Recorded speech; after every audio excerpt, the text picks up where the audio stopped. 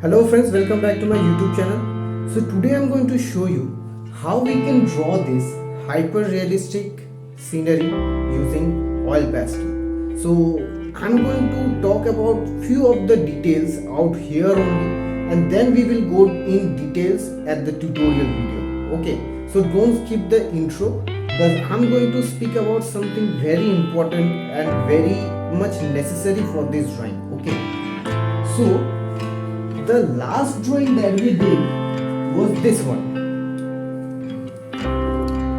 It was this one. Okay, so I used handmade paper for this, and there wasn't any by coating I mean any coating of acrylic or watercolor.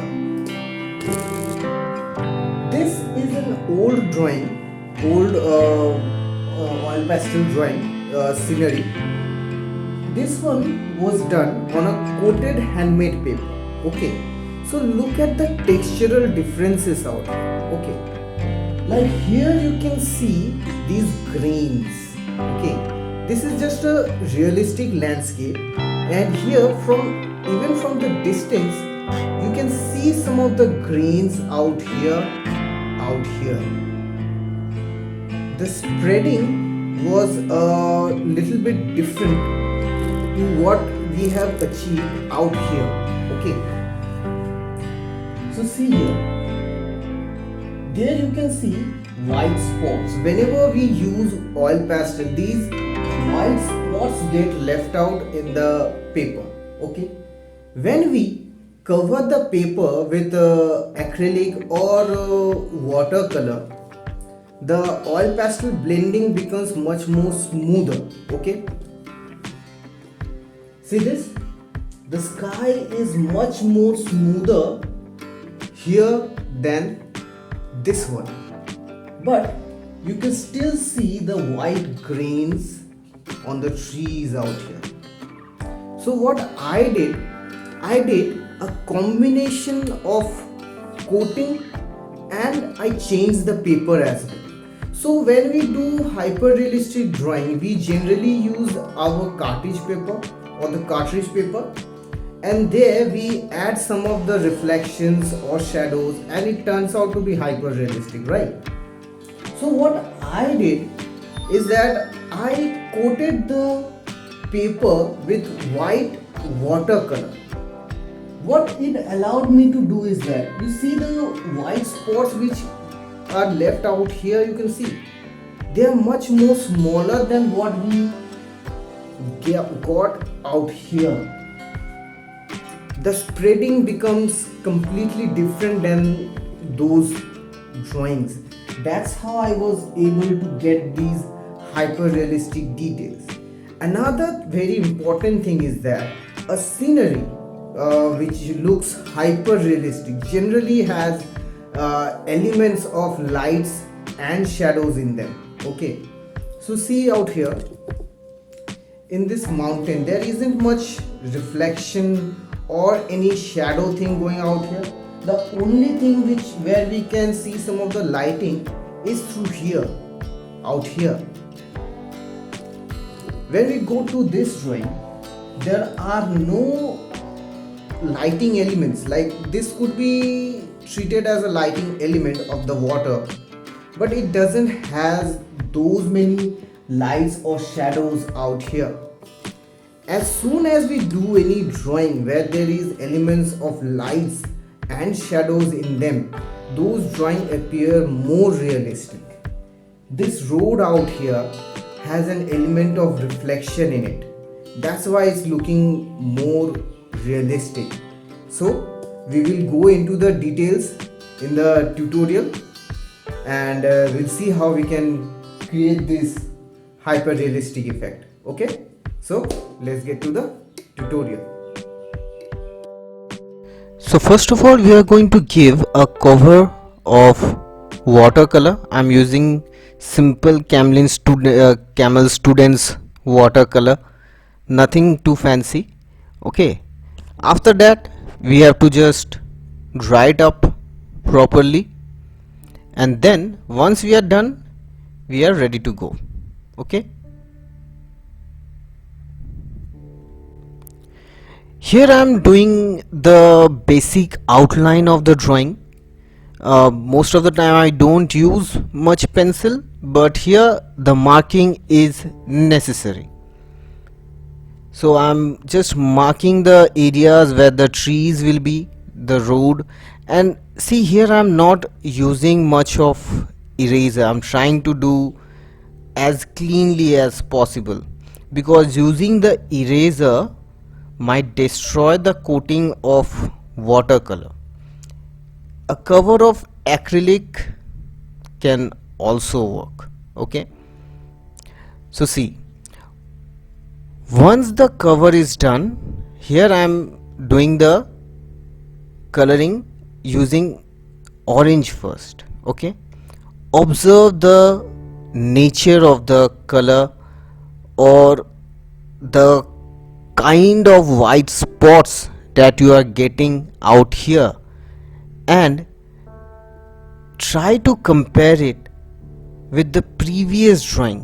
What kind of texture you got when we started the drawing. So here I'm applying some lemon yellow and some sap green now.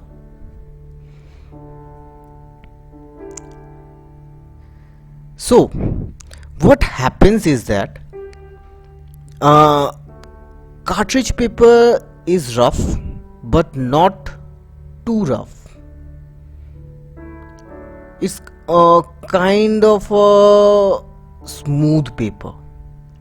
It is ideal for hyper realistic object drawings. But when we do landscapes, somehow those white spots that get left out during oil pastel drawing, here I use some dark yellow. Those white spots are very much necessary for landscapes, because those white spots are somewhat visible because of through the between the leaves, uh, and various areas like dots on the road, reflections on the road. These are the areas where these white spots play very important role. But as soon as those white spots become large, that's the time when it creates problem and it takes you out of the realism. Here I am using some orange again. The reason why I used orange is that over the dark yellow, that is very important. See, dark yellow won't have dark spots. You have to create an impression that there are leaves. So how you can do that? You have to apply dark yellow, then some orange on spots. On specific spots you apply orange, and then you blend it, and then you just simply blend it. Why I'm asking to blend? The main reason that we should blend is that in a forest portion, okay, this is dark green by the way, in the forest portion, on the zones where the background sky won't be visible, there any presence of white dot will take you out of the realism. Like suppose there is a thick wall. Suppose you are drawing a thick wall. This is sap green by the way. So suppose you are doing a thick wall, and there all of a sudden when you draw a thick wall using oil pastel, you see white spots on the wall, as if the light is going through the wall. Will that look real? Just because of that reason, the base areas where there cannot be any white spots, I decided to blend it. And since the paper I used out here is cartridge paper with a watercolor coating on it, the blending is easy out here. The grains and the particles are much smaller out here. So as soon as you blend the colors out here, all the white spots will get blended. No white spots will be visible. And that is the thing. That is the balance which is necessary for a hyper realistic landscape or scenery drawing. If white spots are visible in the correct areas, here I am using medium yellow, in the correct spots, then it will look real. But if it is visible in a area where the whites shouldn't be there, that's when you will lose the realism. Some light green, some sap green, very little blending. Always remember the areas where you have to blend. Okay, how will you determine where are the areas where you should blend? The areas through which the sky shouldn't be visible, those areas should be blended perfectly. Those areas should have a blending. We can create the effects over it, no issue, but the white spots shouldn't be visible. For that, if you have to use tissue, cotton, hand, anything you need, use it, but make sure those places shouldn't have any white spots while you are drawing a scenery. Here another interesting thing is that once you have blended, that means for the second color to settle in, you will have to use the heating technique and create layers. I have used the heating technique out here. If you don't know what the heating technique is, I'll give the link in the I button out here, and I'll give you an overview of the heating technique. All you have to do is heat the oil pastel a little, blow it over it, make it cool down little bit, and then apply. It makes layering easier. Okay, so there we have light green, and now I'm using some white to tone down the green. And see, here I am creating the trees. Now we will go close into the details of the trees, like how I did it. Okay, it is very important. In the trees also, the important thing was to leave out the areas of the leaves. However, it shouldn't look like you intentionally left some space out there or some space got left out. That's why something white is visible. That shouldn't happen. That just shouldn't happen. Okay, so make sure when you are giving the black for the trees, you go over those green and orange spots so that it looks like the black is behind those orange or green leaves. Okay, now look here closely. Very carefully see the white dots which have been left out intentionally. Those white dots in the leaves or the green leaves that you see have been left out intentionally, so that some of the yellow could be visible which are underneath those green, and some of the sky could be visible. See the color texture, it is very different from what we do for the realistic drawing, hyper realistic drawing as well. The combination of watercolor on a cartridge paper gives a completely different effect. The page becomes rougher, but not so rough that it will be compared to a handmade paper or something, but rough enough to create detailings as well as layer. So here I am using my Staedtler 8B extra dark pencil to create very fine lines of branches.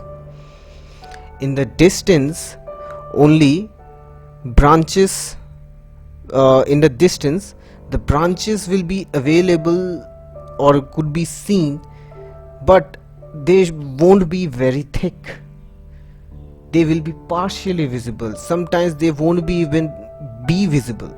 So here I am giving flesh tint, some dark brown, and now some black. And just when I am entering that area where I applied the flesh tint first, I decreased my pressure completely so that it leaves out irregular trails of black, and so that it looks like an original tree. An original tree has irregular patterns or irregular lines from top to bottom. That is what gives the tree its effect. If we are to replicate that in a realistic drawing, we have to, let the colors play their part. We have to let the colors create their own pattern. Like I just let the black flow over the flesh tint which was applied at first. Whatever pattern it left became the pattern of the entire tree. So these randomness, okay, very important thing which I would say is that, see here the colors are very limited, okay. Orange, think like this, okay. Dark yellow, something darker than dark yellow, orange, something darker than orange, red, darker than red, brown, darker than dark brown, brown is dark brown, and then finally black. Now we come to the another yellow section, which is the lemon yellow. We have lemon yellow. For that we will only use orange, and that's it. We can use some for the greenery, lemon yellow, light green, sap green, black, dark green in different patches, and that will do the trick. Imagine from where the light is coming. Those are the areas which will have light green. The areas which won't get hit or affected by the sun will have dark green or sap green. The areas which won't get any light at all will look black. Some flesh tint for specific few zones, otherwise its application is minimal. So once these are the colors that we need for this drawing,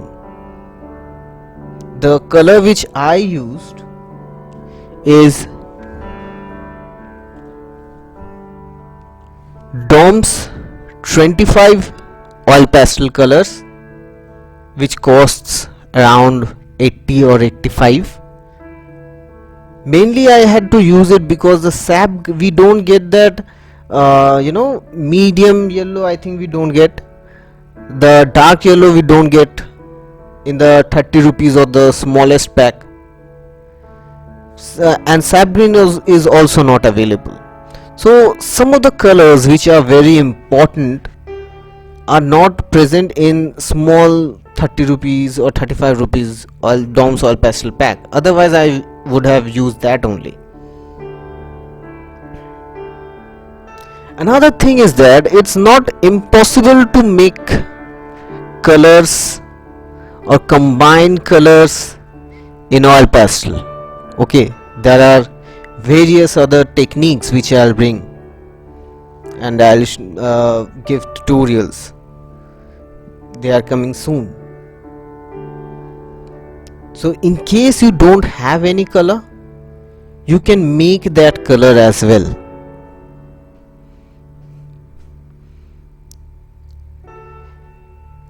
We have to make sure out here that we control the amount of black we use.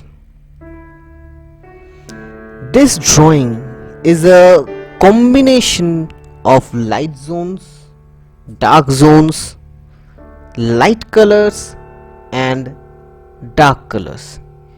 If we mess up this balance, be sure the realism will be gone.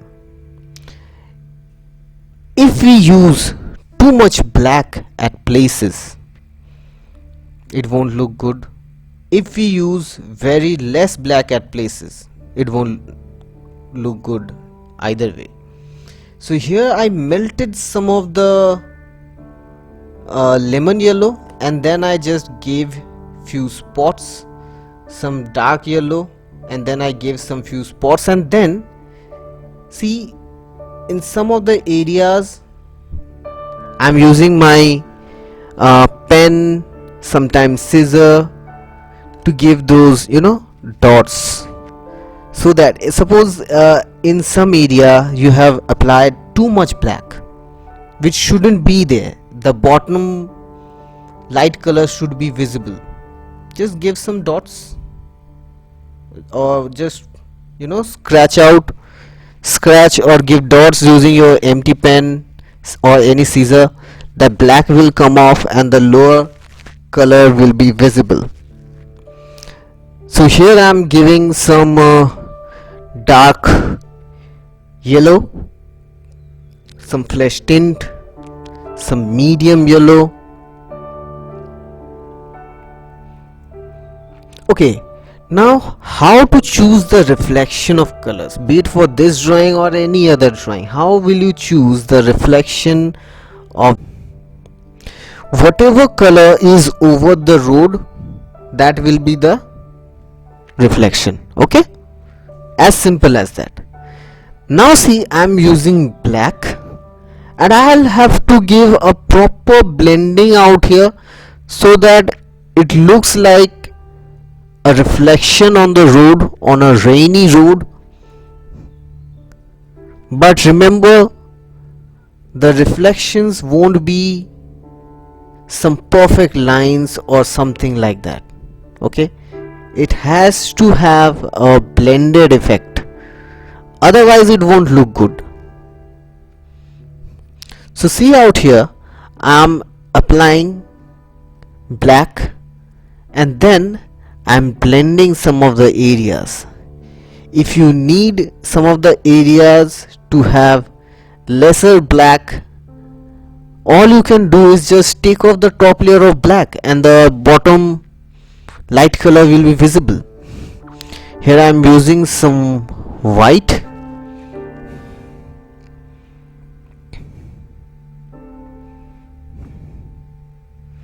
some brown, and remember, before applying the black I already gave a coating of white. In this drawing the use of white pen is very minimum. Probably the major work of white pen in this drawing is just for signing the piece. Suppose some of the areas, since the sky is of whitish nature but it won't appear white because of the surrounding colors, it won't appear white. But suppose there are zones inside the trees where you need another version of white. At that time you can use the white pen.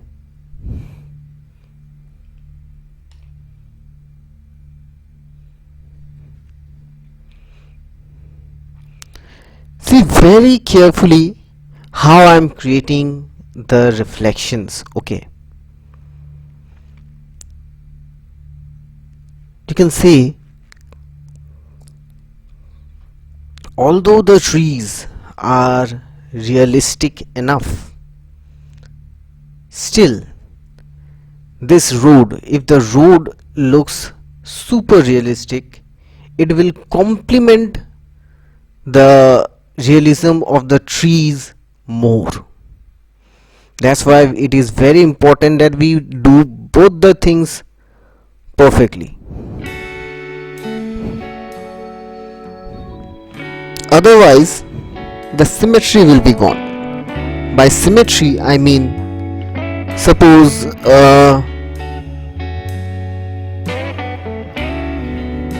there is a tree and it has a reflection that doesn't match with the tree, then imagine how it will look. So that's the case. So using some white pencil as well,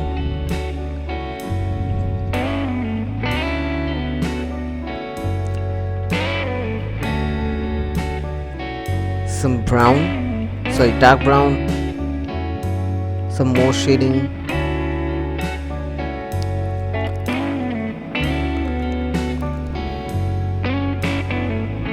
I'm just making the reflections a bit prominent out there.